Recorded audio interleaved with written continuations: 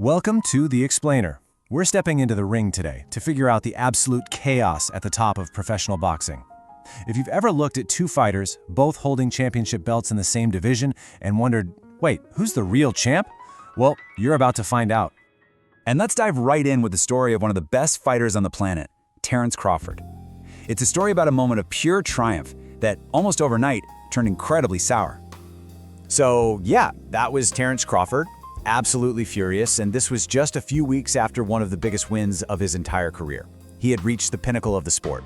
So what on earth could have happened to get a reaction like that? Get this, a mere 81 days after becoming the undisputed champion of the world, Terence Crawford was stripped of his WBC world title. Now, he wasn't stripped for losing a fight. It wasn't a failed drug test. Nope. He was stripped because he refused to pay a sanctioning fee that the organization, the World Boxing Council, was demanding from him.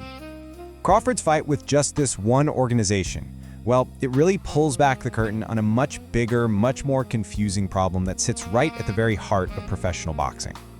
It's the question every single person who casually watches boxing asks, and for good reason. Who is the one true champion in a division? The thing is, the answer is designed to be complicated. You see, unlike the NFL or the NBA, where you have one league, one commissioner, one trophy, boxing has no central government. Instead, what you have are these four major competing organizations: the WBA, WBC, IBF, and WBO. And every single one of them crowns its own world champion in every single weight class. So, right off the bat, we start with a minimum of 4 world champions in each division. But oh, believe me, it does not stop there. Not even close. This is where it just gets completely out of hand. These organizations start inventing even more belts within the same division. You've got super champions, regular champions, interim champions. As frustrated fans on Reddit have perfectly described it, it creates an alphabet soup of titles. One user said it gives the sport a kindergarten race vibe, where everyone's a winner. Just think about this number for a second. 55. That's the total number of champions that the World Boxing Association, just one of the 4 main bodies, recognizes across all of its weight classes. That's more than the other 3 organizations combined. So, why, right? Why create all this confusion? Why water down what it means to be a champion? Well, as is so often the case, the answer really comes down to one thing: money. And here it is. This is the core of the whole business model. It's called a sanctioning fee. Basically, every single time a championship belt is up for grabs, both fighters have to pay the organization that owns that belt a percentage of their paycheck just for the privilege of fighting for it. Now, of course, the organizations defend these fees. They say the money is used for good causes. For instance, the WBC president claimed that the money from Crawford's fee was supposed to go to a fund that provides aid to former fighters who've fallen on hard times. But fighters like Terence Crawford, they see it very, very differently. He says, look, the fighters are the ones putting their lives on the line. And these fees are nothing more than a tax that funds lavish lifestyles for the executives, paying for their hotels, their flights, their 5-star meals. So you gotta ask, if the fees are so hated, why do fighters even chase these belts? This quote, shared by a fan online, just hits the nail on the head. That bit of colored ribbon, that championship belt, it holds an incredible amount of power. Because at the end of the day, that belt is a marketing tool. For a promoter, being able to brand their guy as a champion is a massive advantage. It brings in casual fans. So more belts mean more marketing opportunities.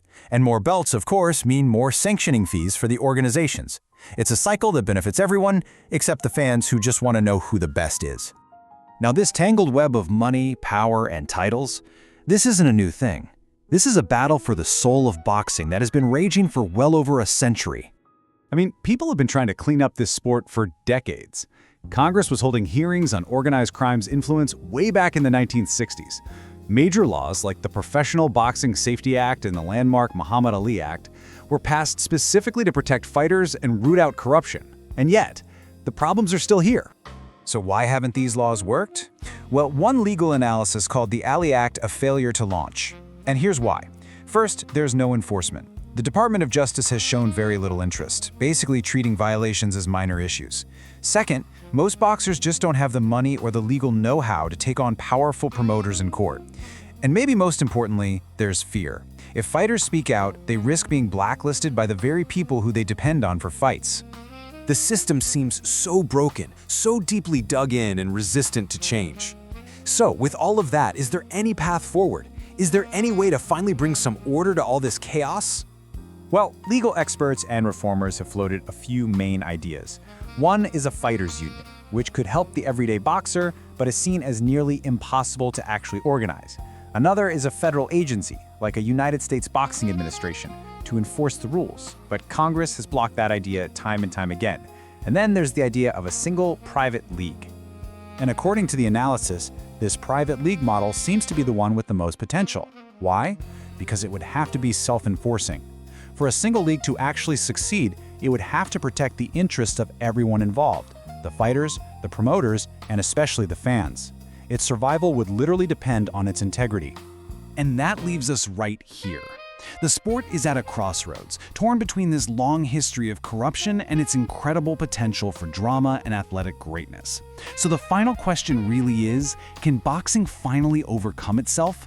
Can it deliver the kind of clarity and integrity that its athletes and its fans have deserved for so long?